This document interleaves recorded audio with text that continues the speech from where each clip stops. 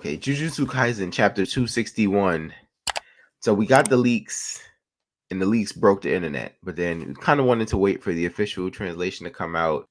I mean, we left off with the hint of Gojo coming back, and then we get 261, and I'll say this.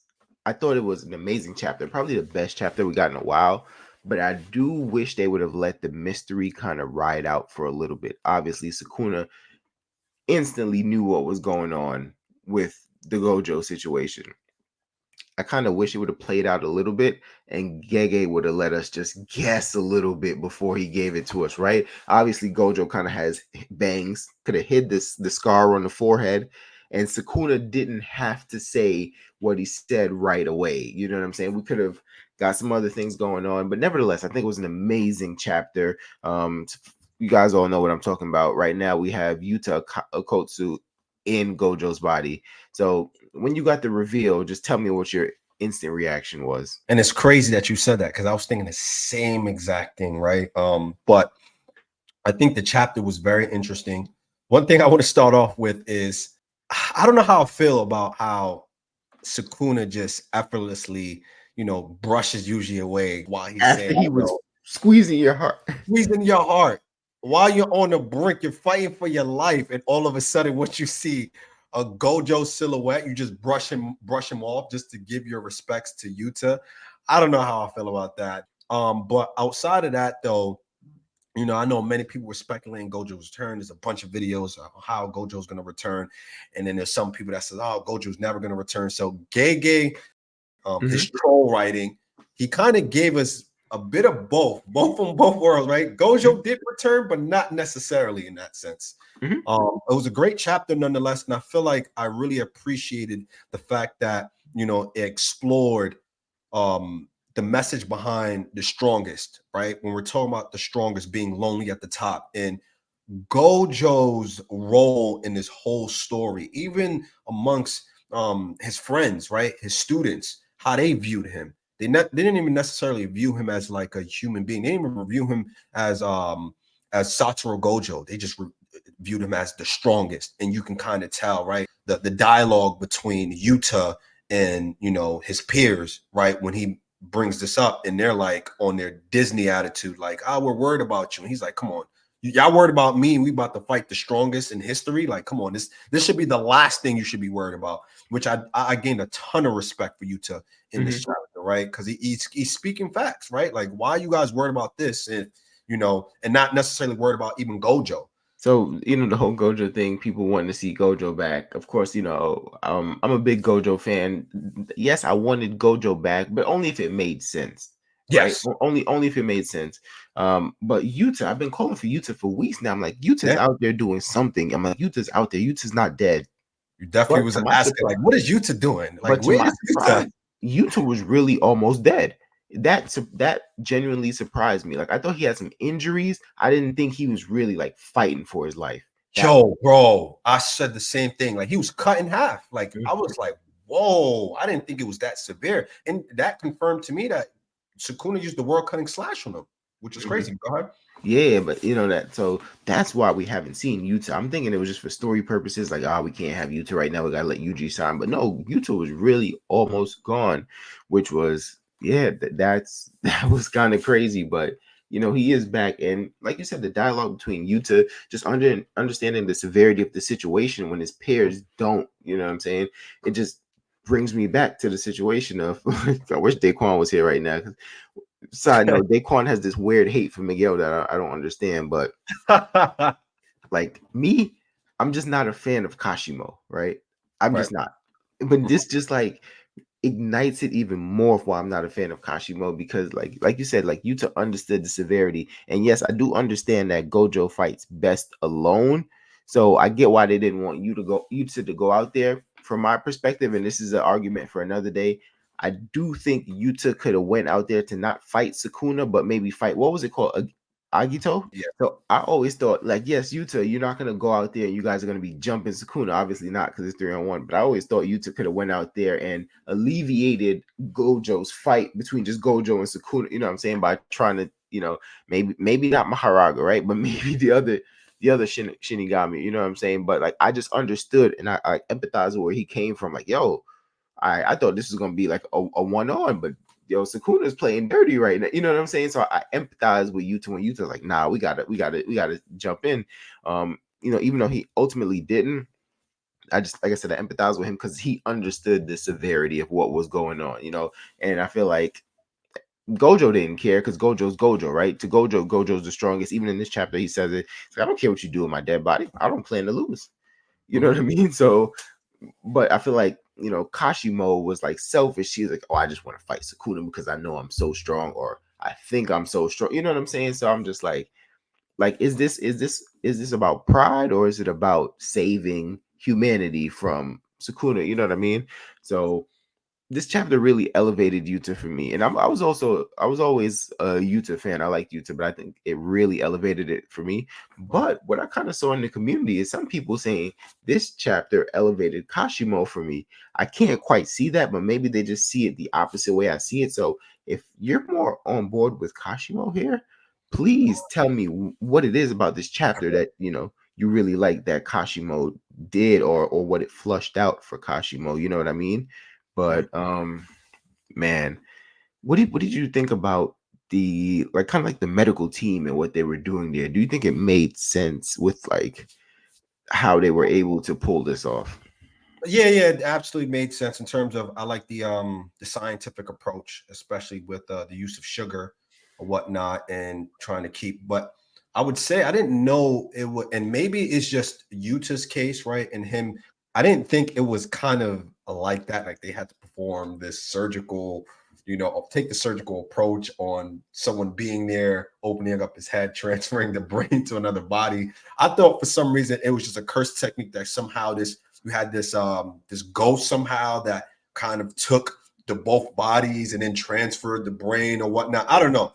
I don't know. That was my image of it. So when I seen him kind of performing that task, I was kind of like, oh, this is more human than I anticipated.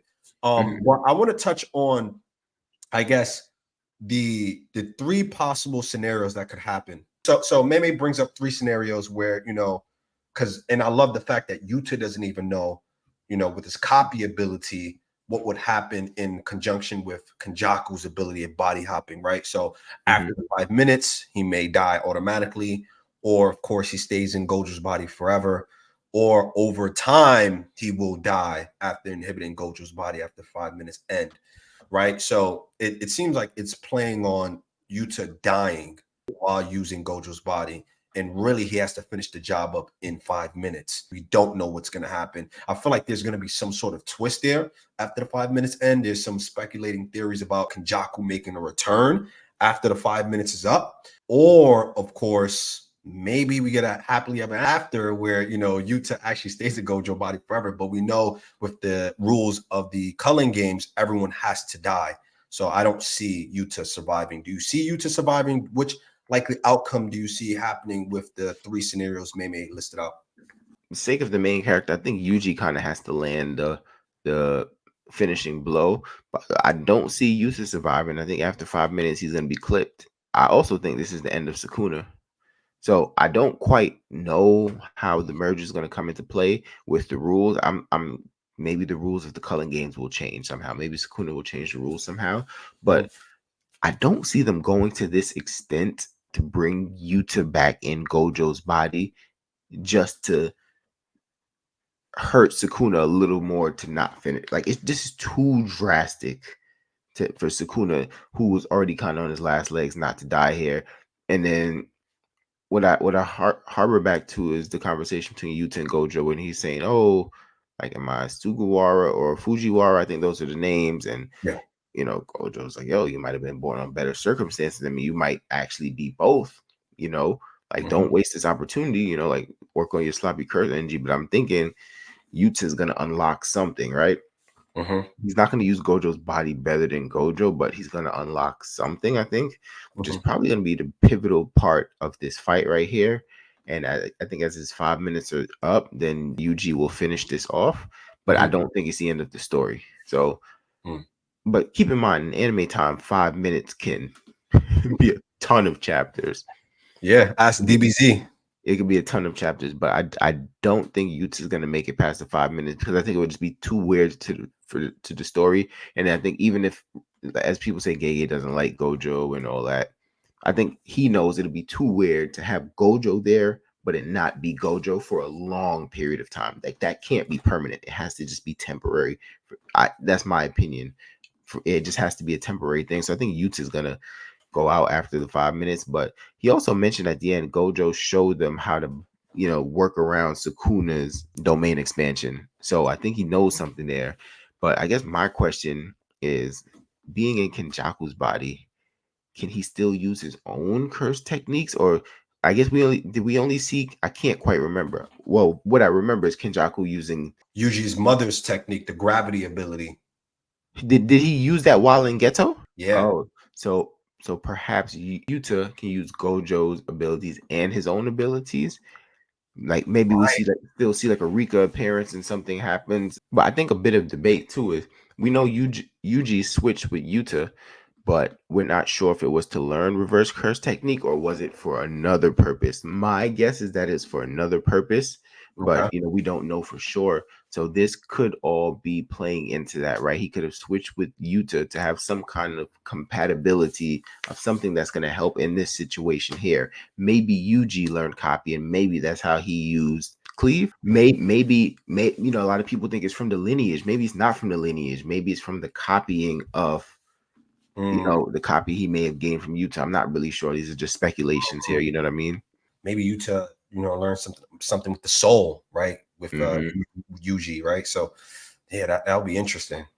Yeah. So, as far as you, what do you think Yuta's fate is going to be? Do you think he survives in Gojo's body? Do you think he gets clipped?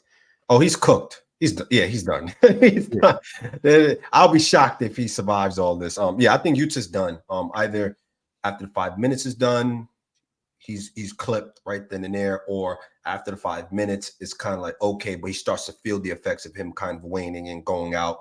I But just do you see a okay. situation where Sukuna kills him? I mean, the way the story is tracking, it looks like Sukuna's gonna really kill him. But personally, I believe that Yuta is gonna die after the 5 minutes. I think he's gonna fall victim to the 5 minute timer before he gets killed by Sukuna. I think his defeat ultimately will be a consequence of him hopping into Gojo's body and his copy technique not lasting more than 5 minutes. That's what I truly believe.